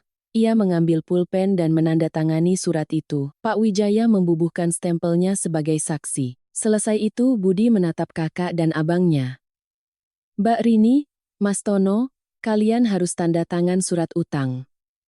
Mbak Rini utang 45 juta, Mas Tono 25 juta. Dicicil selama setahun, dengan notaris. Mbak Rini menangis. Bud, Mbak lagi susah, bagaimana bisa bayar? Budi menggeleng. Mbak harus bayar. Kalau tidak, aku dan Sari akan menuntut Mbak ke pengadilan. Akhirnya, mereka berdua menandatangani surat utang. Setelah semua selesai, saya berdiri. Budi menatap saya. Sayang, boleh aku pulang ke rumah sekarang? Saya mengangguk. Boleh. Tapi ingat janjimu. Kalau kamu langgar, tidak akan ada kesempatan kedua. Kami pulang. Ibu Ratna masuk tanpa berkata apa-apa. Mbak Rini dan Mas Tono juga diam. Sementara Budi, ia mendekat dan memeluk saya. Maafkan aku, sayang. Aku janji akan berubah.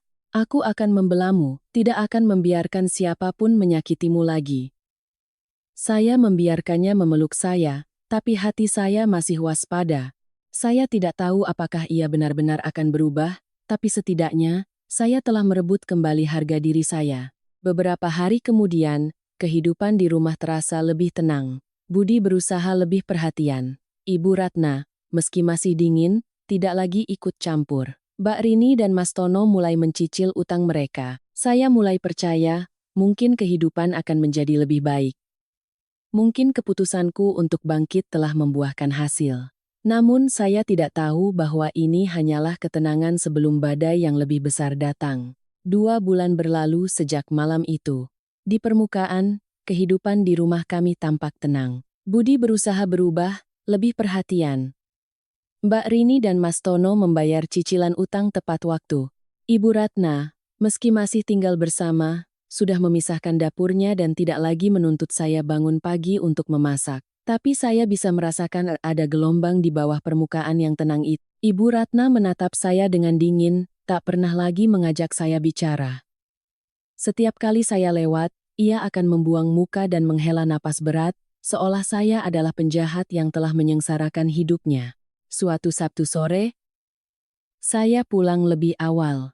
Saat hendak masuk kamar, saya mendengar suara percakapan dari kamar Ibu Ratna. Saya berhenti dan mendengarkan. Suara Mbak Rini terdengar tajam. Ibu lihat kan? Adik ipar kita itu sudah besar kepala sekarang. Dia paksa Budi nagih utang ke Rini, paksa ibu pisah dapur. Ibu susah payah besarkan Budi, masa sekarang ditindas menantu, ibu tahan? Ibu Ratna menghela napas. Ibu tahu, nak, setiap hari ibu menahan sakit hati. Tapi sekarang dia punya pengacara, punya surat perjanjian. Ibu bisa apa? Mbak Rini menyahut, ibu tenang saja. Rini akan cari cara. Kita tidak bisa biarkan dia berkuasa terus. Rini akan buat dia membayar semuanya. Saya berdiri di luar pintu, hati saya mencelos. Saya tahu mereka tidak benar-benar menerima. Mereka hanya diam sementara, menunggu kesempatan untuk membalas dendam.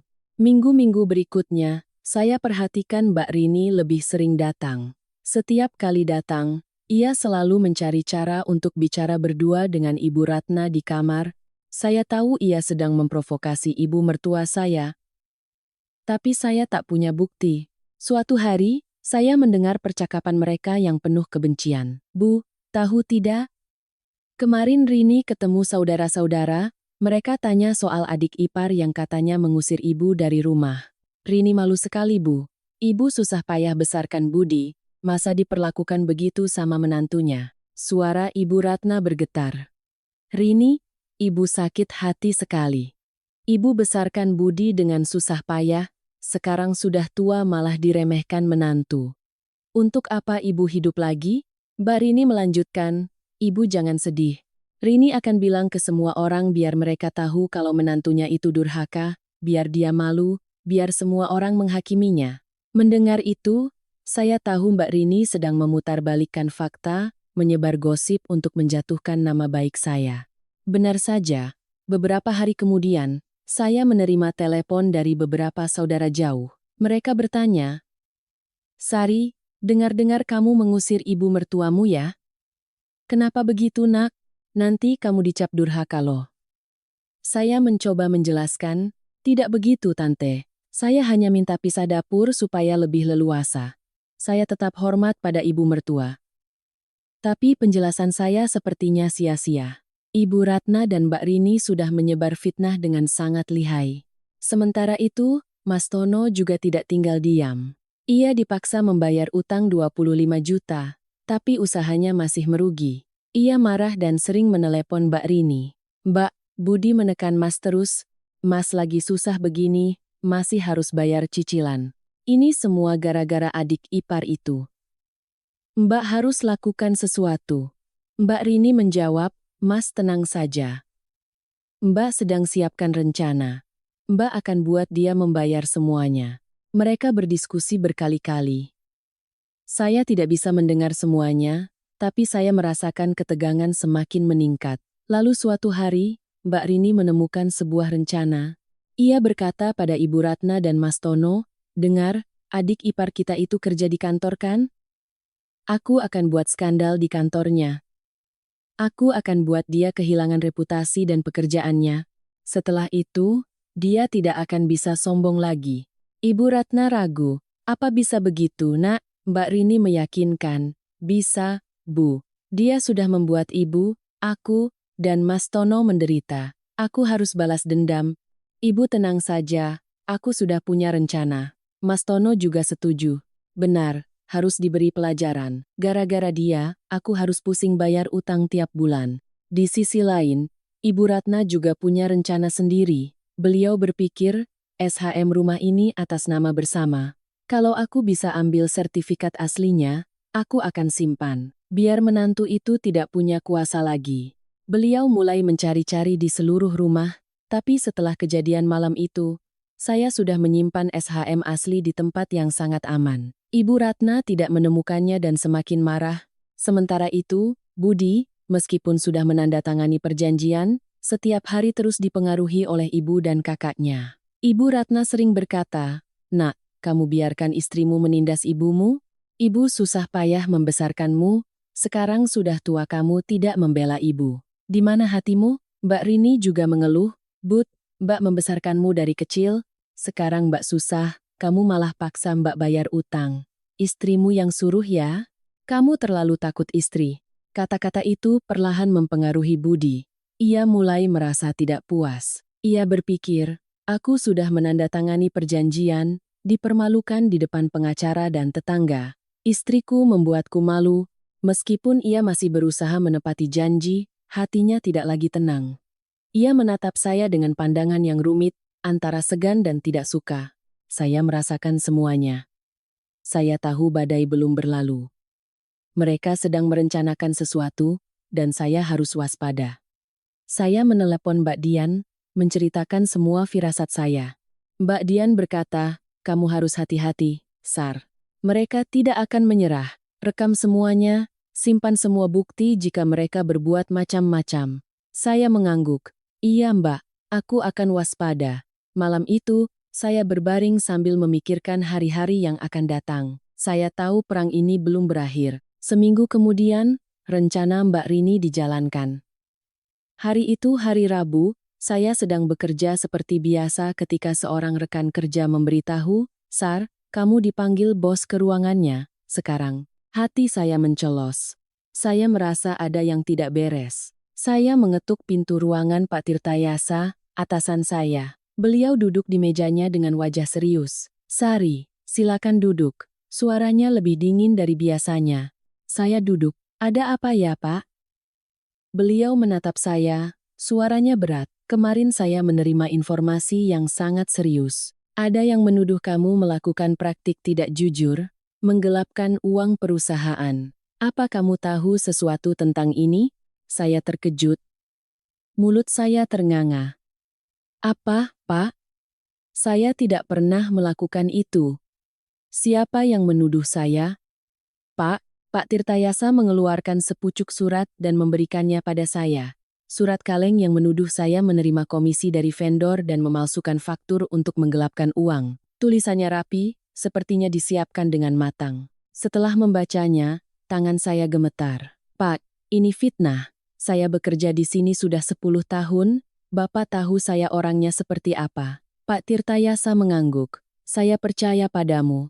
Tapi karena ada laporan, saya harus melakukan investigasi.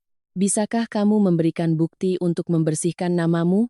Saya segera mengeluarkan ponsel, membuka semua email, faktur, dan bukti kerja. Saya jelaskan satu persatu, membuktikan bahwa saya tidak melakukan kesalahan. Beruntung saya selalu bekerja dengan teliti dan menyimpan semua bukti. Pak Tirtayasa memeriksanya dengan seksama, lalu mengangguk, "Baik, saya percaya padamu. Saya akan selidiki lebih lanjut, kamu tenang saja dan lanjutkan pekerjaanmu." Saya merasa lega. Tapi di dalam hati, saya tahu ini adalah ulah Mbak Rini. Kembali ke meja kerja, saya mulai menyelidiki. Saya memeriksa akun media sosial saya dan menemukan hal aneh. Sebuah akun palsu yang mengatasnamakan rekan kerja dekat saya, menyebarkan fitnah tentang saya. Akun itu menulis, "Dengar-dengar Sari di kantor kerjanya tidak bersih, suka terima komisi dari vendor. Hati-hati kalau kerja sama dia." Saya screenshot unggahan itu dan menelepon rekan kerja saya. Ia kaget. "Ya ampun Sar, itu bukan akunku.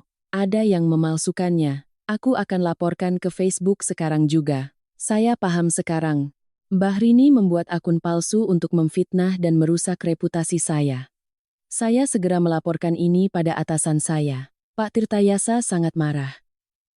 Ini sudah keterlaluan. Perusahaan akan melacak ini dan memberikan sanksi tegas. Setelah dilacak, perusahaan menemukan bahwa alamat IP yang digunakan untuk membuat akun palsu itu berasal dari ponsel Mbak Rini. Perusahaan mengirim surat somasi padanya, mengancam akan melapor ke polisi jika ia mengulangi perbuatannya. Saya lega, tapi saya tahu Mbak Rini pasti akan semakin marah dan mencari cara lain untuk balas dendam. Benar saja. Sore itu saat pulang ke rumah, saya menemukan hal yang aneh. Lemari dokumen di kamar tidur saya basah kuyup.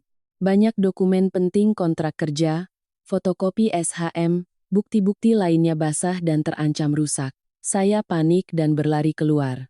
Kenapa dokumenku basah semua? Ibu Ratna yang sedang menonton TV, menoleh dengan pura-pura kaget. Loh, ibu tidak tahu. Tadi pagi ibu ngepel.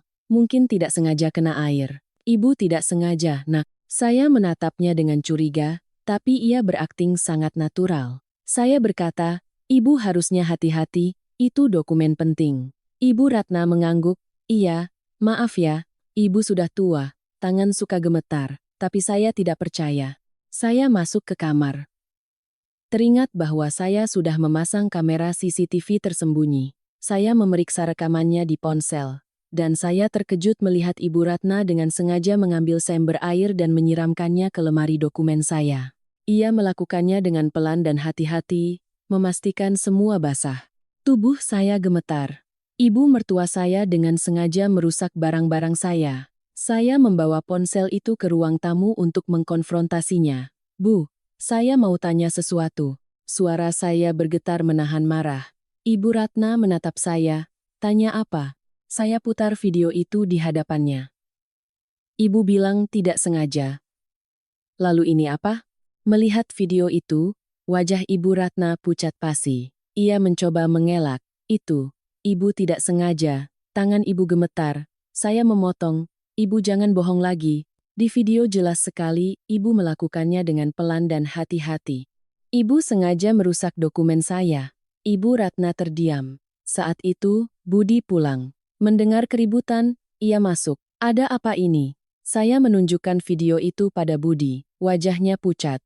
Ia menoleh pada ibunya. Ibu, benar melakukan ini? Ibu Ratna mulai menangis. Nak, ibu tidak sengaja. Ibu cuma mau ambil SHM untuk disimpan biar aman. Ibu takut menantumu itu macam-macam dengan sertifikat rumah. Mendengar itu, saya marah sekali. Ibu mau ambil SHM? Sertifikat itu atas nama kami berdua. Ibu mau ambil untuk apa? Mau merebut aset saya? Budi bingung. Ia berkata pada saya, sayang, tenang dulu. Mungkin ibu benar-benar tidak sengaja. Saya membentaknya. Mas lihat videonya baik-baik. Itu tidak mungkin tidak sengaja. Mas masih mau membela ibu? Budi terdiam. Ia melihat video itu sekali lagi, lalu menghela napas. Bu. Kenapa ibu melakukan ini? Ibu Ratna meraung. Ibu lakukan ini untukmu, Nak. Ibu takut istrimu menjual rumah, nanti kamu tidak punya tempat tinggal. Saya membentak, saya tidak akan pernah melakukan itu. Rumah ini milik kami berdua, ibu tidak punya hak ikut campur. Pertengkaran berlanjut hingga malam. Akhirnya Budi berkata, sudah Bu, masuk kamar saja. Ibu jangan begitu lagi. Tapi saya tahu, ini belum berakhir. Mereka semakin nekat melawan saya, dan saya harus bertindak lebih keras untuk melindungi diri. Setelah insiden Ibu Ratna dengan sengaja merusak dokumen saya tahu saya tidak bisa lagi hanya bertahan. Saya harus mengambil langkah proaktif yang lebih kuat untuk melindungi hak-hak saya. Malam itu, setelah semua orang tidur, saya duduk sendirian di kamar, memikirkan langkah selanjutnya. Keesokan paginya, saya pergi ke kantor polisi untuk melaporkan tindakan pencemaran nama baik yang dilakukan Mbak Rini di kantor saya. Saya membawa semua bukti. Screenshot akun palsu, surat kaleng, dan konfirmasi dari perusahaan mengenai alamat IP yang terlacak ke ponsel Mbak Rini. Polisi mencatat laporan saya dengan lengkap dan berkata, Ibu tenang saja, kami akan proses sesuai hukum. Pencemaran nama baik adalah tindakan serius. Dari kantor polisi, saya langsung menuju kantor pengacara Wijaya. Ia mendengarkan cerita saya dan mengangguk. Tindakan Anda sudah tepat. Sekarang kita perlu siapkan gugatan terhadap Mbak Rini atas pencemaran nama baik. Jika kita menang, ia harus membayar ganti rugi dan meminta maaf secara terbuka. Saya langsung setuju. Pak Wijaya mulai menyusun surat gugatan. Sementara itu, saya memindahkan semua dokumen penting versi asli SHM, BPKB, kontrak kerja ke rumah ibu saya untuk diamankan. Saya tidak bisa membiarkan Ibu Ratna punya kesempatan untuk merusaknya lagi. Sore itu, saya menerima telepon dari polisi. Mereka memberitahu, kami sudah memanggil saudari Rini untuk dimintai keterangan. Ibu Sari bisa tenang. Saya merasa sangat lega. Akhirnya, hukum turun tangan. Malam itu, Mbak Rini menelepon Budi dengan panik. Budi, istrimu melaporkan Mbak ke polisi. Mbak harus menghadap polisi besok. Tolong suruh istrimu cabut laporannya, Mbak ini kakak kandungmu. Budi menoleh pada saya, tatapannya rumit. Kamu, lapor polisi? Saya mengangguk dengan tenang. Benar, Mbak Rini sudah memfitnah dan membahayakan pekerjaanku. Aku harus melindungi diriku. Budi menghela napas. Tapi dia kakak kandungku. Sayang, saya memotong. Aku tahu. Tapi dia sudah berbuat salah dan harus bertanggung jawab. Mas jangan ikut campur. Budi terdiam, terjepit di antara istri dan kakaknya. Keesokan harinya, Mbak Rini harus menghadap polisi. Ia diberi peringatan keras. Polisi menegaskan, jika ia mengulangi perbuatannya, ia akan diproses secara pidana. Mbak Rini pulang dengan wajah pucat. Ia menelepon Ibu Ratna sambil menangis. Bu, Rini dipanggil polisi. Ibu harus bantu Rini. Mendengar itu, Ibu Ratna memutuskan harus bertindak. Beliau berpikir, menantu ini sudah keterlaluan, harus diberi pelajaran. Hari itu, Ibu Ratna pura-pura terkena serangan jantung. Ia berteriak di kamarnya, aduh, jantungku sakit sekali. Aku mau mati. Menantuku mau membunuhku. Saya yang sedang memasak, berlari ke kamarnya. Ia terbaring di tempat tidur, memegangi dadanya dan mengerang kesakitan. Saya bertanya, Ibu kenapa? Sakit? Ibu Ratna berteriak, kamu mau membunuh ibu ya? Kamu buat ibu jantungan. Cabut laporanmu terhadap Rini, kalau tidak ibu mati sekarang juga. Saya tahu ia sedang bersandiwara, tapi saya tidak bisa mengabaikannya. Saya segera memanggil ambulans. Di dalam ambulans, ia terus berteriak, menantu durhaka, kamu membuat ibu menderita. Setibanya di rumah sakit, dokter memeriksa Ibu Ratna dengan teliti. Setelah EKG dan tes darah, dokter berkata pada saya, ibu ini tidak ada masalah jantung sama sekali, mungkin hanya stres. Saya bertanya lagi, jadi, beliau tidak benar-benar sakit jantung, dok? Dokter itu menggeleng dan berbisik, jujur saja, dari hasil pemeriksaan, tidak ada tanda-tanda serangan jantung. Sepertinya beliau sedang bersandiwara untuk menekan keluarga. Mendengar itu, saya paham. Ibu Ratna menggunakan taktik ini untuk memaksa saya mencabut laporan. Tapi saya tidak akan lemah lagi. Setelah pulang, Ibu Ratna masih terus mengeluh. Ibu mau mati. Menantuku mau membunuh ibu. Cabut laporanmu. Saya menatapnya dengan tenang. Dokter bilang ibu tidak sakit apa-apa. Ibu tidak usah bersandiwara lagi. Saya tidak akan mencabut laporan. Ibu Ratna marah. Kamu berani bilang ibu sandiwara? Durhaka kamu, tapi saya tidak takut lagi. Keesokan harinya, Mas Tono datang. Ia tahu Mbak Rini dipanggil polisi, dan ia sangat marah. Ia menggedor-gedor pintu. Adik ipar, keluar kamu. Kamu berani lapor polisi. Kamu sadar apa yang kamu lakukan? Saya membuka pintu, menatapnya dengan dingin. Mas mau apa? Mas Tono menunjuk wajah saya. Cabut laporanmu. Kalau tidak, aku tidak akan biarkan kamu hidup tenang. Saya mengeluarkan ponsel, menyalakan kamera. Silakan lanjutkan, Mas. Mas mengancam saya sedang merekam ini, akan saya serahkan pada polisi. Melihat itu, Mas Tono kaget. Ia mencoba menenangkan diri. Mas tidak mengancam. Mas hanya minta kamu mengerti posisi Mbak Rini. Saya menggeleng, saya tidak bisa mengerti. Mbak Rini salah? Dia harus bertanggung jawab. Kalau Mas masih membuat keributan, Saya akan lapor polisi sekarang juga. Mas Tono akhirnya pergi dengan penuh amarah. Malam itu, Budi akhirnya tidak tahan lagi. Ia melihat situasi semakin kacau. Ia menelepon seluruh keluarganya. Cukup, kalian semua menghancurkan rumah tanggaku, Ibu Ratna kaget. Kamu bilang apa, nah? Budi melanjutkan, suaranya bergetar. Ibu merusak dokumen Sari. Mbak Rini memfitnah Sari di kantor. Mas Tono datang mengancam Sari. Kalian mau apa lagi? Mau aku dan Sari bercerai? Mbak Rini menangis. Budi, Mbak lakukan ini untukmu. Budi menggeleng. Tidak, Mbak lakukan ini untuk diri Mbak sendiri. Mbak tidak mau bayar utang, makanya Mbak menyerang istriku. Mas Tono juga sama. Dan ibu ingin mengendalikan rumah tanggaku, makanya ibu merusak barang istriku. Seluruh keluarga terdiam. Mereka tak menyangka Budi akan berkata sekeras itu. Sementara itu, Mbak Dian membantu saya menghubungi sebuah media lokal. Sar, kamu harus ceritakan kisahmu ke media. Biar semua orang tahu ketidakadilan yang kamu alami, biar mereka mendukungmu, saya setuju. Saya bertemu dengan seorang wartawan dan menceritakan semuanya. Sebuah artikel dengan judul Kisah Seorang Istri yang Ditindas Keluarga Suami disiapkan, siap untuk diterbitkan jika situasi memburuk. Saya tahu, perang ini akan segera mencapai puncaknya. Setelah ledakan amarah Budi, situasi di rumah bukannya membaik, malah sebaliknya. Ibu Ratna, Mbak Rini, dan Mas Tono merasa terpojok dan memutuskan untuk bertindak lebih nekat. Seminggu kemudian, pada Jumat malam, saya sedang memasak ketika mendengar teriakan dari kamar Ibu Ratna. Kali ini, suaranya terdengar sangat putus asa dan menyakitkan. Aduh, jantungku! Aku benar-benar mau mati. Menantuku mau membunuhku.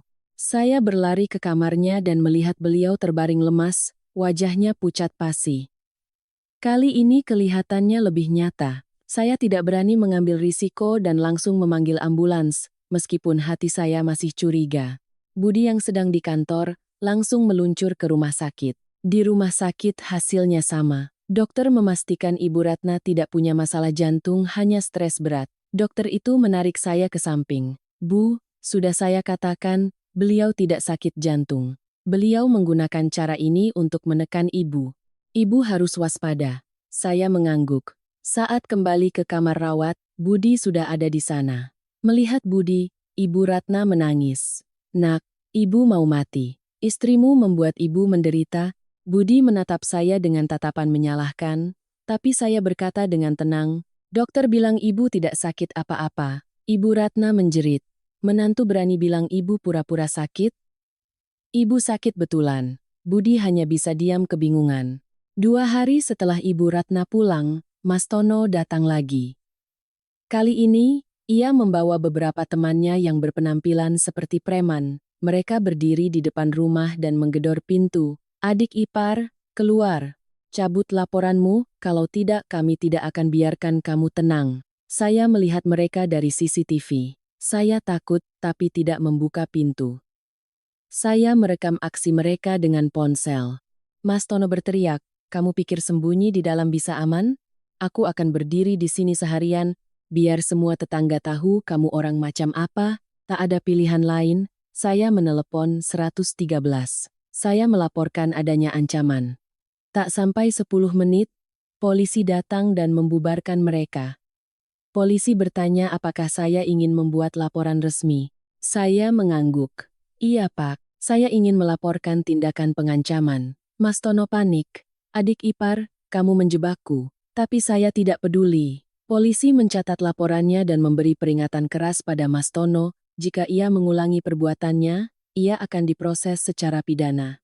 Situasi sudah mencapai puncaknya. Budi pulang dan melihat semua kekacauan itu. Ia tahu ia tidak bisa diam lagi.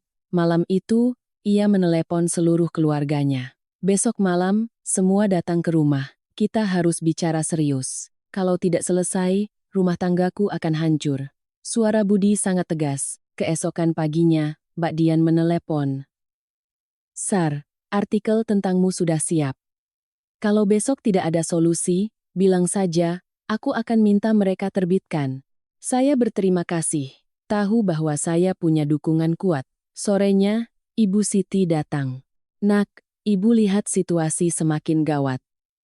Besok malam ibu akan datang jadi saksimu, jangan khawatir. Saya memeluknya sambil menangis. Malam itu saya tidak bisa tidur. Saya tahu besok adalah hari penentuan. Entah mereka berubah, atau saya akan bercerai. Saya menulis semua yang ingin saya katakan, semua ketidakadilan yang saya alami selama 10 tahun, dan tuntutan terakhir saya. Keesokan paginya, saya bertemu Pak Wijaya. Pak, malam ini akan jadi konfrontasi terakhir. Saya butuh Bapak datang sebagai saksi dan penasihat hukum. Pak Wijaya mengangguk. Saya akan datang. Sorenya, saya menyiapkan semua bukti. Bukti transfer, rekaman suara, video CCTV, surat utang. Jam 6 sore, mereka mulai berdatangan. Ibu Ratna, Mbak Rini, dan Mas Tono datang dengan wajah masam. Budi berdiri di tengah ruangan, semua duduk. Hari ini kita harus selesaikan semuanya. Tepat saat itu, bel berbunyi. Saya membuka pintu, dan Pak Wijaya masuk. Melihat pengacara, mereka semua terkejut. Bel berbunyi lagi, Ibu Siti datang. Saya datang untuk menjadi saksi sari. Sekarang, ruangan itu penuh. Saya, Budi, keluarganya, pengacara, dan tetangga saya. Suasana sangat tegang. Budi angkat bicara. Hari ini kita harus selesaikan. Jika tidak, saya dan Sari akan bercerai, dan semua orang akan menanggung akibatnya. Ibu Ratna hendak protes, tapi Budi mengangkat tangannya. Ibu diam. Hari ini biar saya yang bicara. Semua terdiam. Konfrontasi terakhir telah dimulai. Budi berdiri di tengah ruang tamu, menatap semua orang satu persatu. Hari ini kita di sini untuk menyelesaikan semuanya. Tidak ada yang boleh mengelak. Saya sudah muak. Rumah tangga saya diambang kehancuran karena ulah kalian. Ia menatap ibunya. Ibu jangan bicara dulu. Biar saya selesaikan. Sari, keluarkan buktinya. Saya membuka tas, mengeluarkan semua berkas yang telah saya siapkan dan meletakkannya di atas meja. Pak Wijaya duduk di samping saya. Saya mulai bicara. Pertama, soal Ibu Ratna yang sengaja merusak dokumen saya. Saya memutar video dari CCTV. Ibu Ratna pucat pasi, mencoba mengelak. Saya memotongnya. Video ini bukti Ibu sengaja. Ibu mau merusak aset saya dan mengambil SHM. Menurut hukum, Pak Wijaya menambahkan, tindakan merusak properti orang lain adalah pelanggaran hukum. Ibu Ratna terdiam. Kedua, soal Mbak Rini yang memfitnah saya di kantor. Saya menunjukkan semua bukti. Akun palsu, surat kaleng, bukti dari kantor. Mbak Rini menunduk malu. Pak Wijaya berkata, pencemaran nama baik adalah tindak pidana. Jika Mbak Rini tidak meminta maaf secara terbuka dan membayar ganti rugi, Ibu Sari akan melanjutkan gugatan. Mbak Rini gemetar. Aku minta maaf. Saya menggeleng. Tidak cukup. Kamu harus minta maaf secara terbuka di media sosial dan mengirim surat resmi ke kantor saya untuk memulihkan nama baik saya. Ketiga, soal Mas Tono yang membawa preman untuk mengancam saya. Saya menunjukkan video rekamannya. Mas tahu tindakan Mas ini melanggar hukum? Mas Tono menunduk, aku minta maaf. Pak Wijaya menegaskan. Mengancam orang lain adalah kejahatan serius. Jika terulang, Anda bisa dipenjara. Dan sekarang yang terpenting. Saya mengeluarkan rekapitulasi keuangan. Selama 10 tahun, saya sudah menyumbang lebih dari 1,2 miliar ke keluarga ini. Ini bukti rekening korannya. Semua orang terkejut melihat angka itu. Sementara itu, Mas Budi memberikan total 75 juta pada Mbak Rini dan Mas Tono tanpa persetujuan saya. Dan saat ayah saya butuh 12 juta untuk operasi, Mas menolak. Tapi seminggu kemudian, Mas mengeluarkan 30 juta untuk membeli motor Mbak Rini. Adil? Budi menunduk, tak bisa berkata-kata. Pak Wijaya menjelaskan, menurut hukum, harta bersama harus digunakan atas persetujuan bersama. Ibu Sari berhak menagih semua uang itu. Saya meletakkan surat utang di hadapan Mbak Rini dan Mas Tono. Kalian baru membayar sebagian kecil. Saya beri waktu 3 bulan untuk melunasi semuanya. Kalau tidak, saya akan menempuh jalur hukum dan pengadilan akan menyita aset kalian. Mereka berdua panik. Budi berdiri. Mbak, Mas, kalian dengar?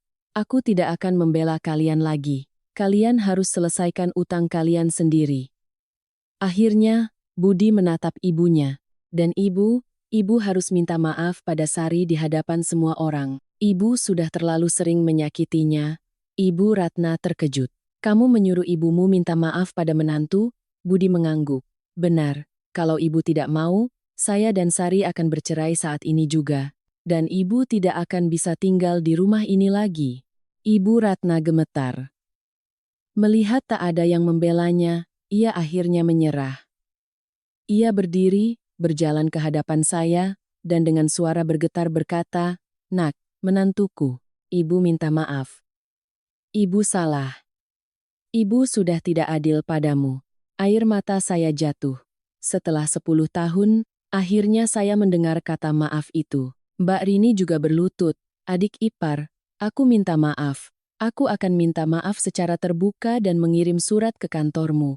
Ibu Ratna menambahkan, "Ibu akan pindah, tinggal bersama Rini, biar kalian bisa hidup tenang." Budi memeluk saya, ia menangis, "Maafkan aku, sayang. Aku janji mulai sekarang aku akan melindungimu." Saya mengangguk, memeluknya erat. Akhirnya, setelah semua penderitaan, saya berhasil merebut kembali harga diri saya. 3 bulan telah berlalu sejak malam penentuan itu. Hidup saya berubah total ke arah yang tidak pernah saya bayangkan. Sesuai janjinya, Mbak Rini mengunggah permintaan maaf terbuka di akun media sosialnya dan mengirim surat resmi ke kantor saya. Reputasi saya pulih. Atasan saya, Pak Tirtayasa, memanggil saya dan menyatakan dukungan penuh dari perusahaan. Secara finansial, Mbak Rini dan Mas Tono terpaksa menjual beberapa aset mereka untuk melunasi utang. Mbak Rini menjual motor pemberian Budi, dan Mas Tono meminjam uang dari kerabatnya. Saat mereka menyerahkan uang, wajah mereka penuh penyesalan. Hubungan kami kini sebatas urusan yang sudah selesai, tanpa utang piutang lagi. Mereka tidak pernah lagi mengganggu saya. Ibu Ratna benar-benar pindah ke rumah Mbak Rini. Sesekali ia datang berkunjung, tapi sikapnya sudah berubah total. Ia menjadi lebih menghargai saya dan menjaga jarak. Terkadang ia membawakan makanan kesukaan saya, sebuah gestur kecil yang tak pernah ia lakukan sebelumnya. Yang terpenting, Budi benar-benar berubah. Ia menjadi suami yang suportif, selalu mendiskusikan segala hal dengan saya, terutama soal keuangan. Setiap bulan kami membuat anggaran bersama. Ia bahkan sering memasak untuk saya di akhir pekan, dan mengajak saya jalan-jalan hal-hal sederhana yang selama 10 tahun tak pernah saya rasakan. Suatu malam, ia memeluk saya dan berkata, "Sayang, maafkan aku telah membiarkanmu menderita begitu lama. Aku berjanji akan selalu menjadi sandaranmu." Saya memeluknya erat. "Aku percaya padamu. Sedangkan saya telah menemukan kembali kepercayaan diri saya. Saya bukan lagi wanita penakut. Saya tahu cara membela diri dan berkata tidak pada ketidakadilan." Mbak Dian, sahabat saya, masih sering menelepon. "Aku bangga sekali padamu, Sar. Kamu adalah inspirasi." Ibu Siti juga masih sering mampir. "Ibu lihat kamu sekarang lebih ceria, lebih banyak tersenyum." Ibu ikut senang. Bulan lalu, saya mendapat promosi dan kenaikan gaji menjadi 20 juta sebulan. Kali ini, saya tidak menyerahkan semuanya. Kami sepakat masing-masing menyumbang 10 juta untuk kas keluarga, sisanya untuk keperluan pribadi. Putri kami, Nabila, yang kini berusia 7 tahun, juga merasakan perubahan. "Mama, aku lihat Mama lebih bahagia sekarang. Papa juga. Rumah kita jadi hangat." Saya memeluk, "Iya sayang, rumah kita sekarang sangat bahagia." Melihat kembali perjalanan ini, saya belajar banyak hal. Saya belajar bahwa wanita tidak boleh selamanya menahan ketidakadilan. Kita harus membela diri, karena tidak ada yang akan menghormati kita jika kita tidak menghormati diri sendiri. Pernikahan adalah tentang saling berbagi dan menghormati, bukan pengorbanan sepihak. Dan yang terpenting, jangan pernah takut menghadapi kebenaran. Hadirin sekalian, cerita saya berakhir di sini. Hidup saya kini benar-benar damai. Saya berani bangkit untuk diri saya sendiri dan tidak pernah menyesalinya. Saya harap kisah saya dapat menginspirasi siapapun yang berada dalam situasi serupa. Ingatlah, Anda berhak dihormati dan dicintai. Jika cerita saya ini bermakna bagi Anda, jangan lupa tekan tombol suka untuk mendukung saya. Silakan berikan komentar dan bagikan pemikiran atau kisah Anda di bawah. Saya ingin sekali mendengarnya. Dan jangan lupa untuk berlangganan kanal ini agar tidak ketinggalan cerita-cerita inspiratif berikutnya. Terima kasih telah mendengarkan kisah saya. Semoga Anda semua selalu kuat, bahagia, dan dihormati dalam hidup.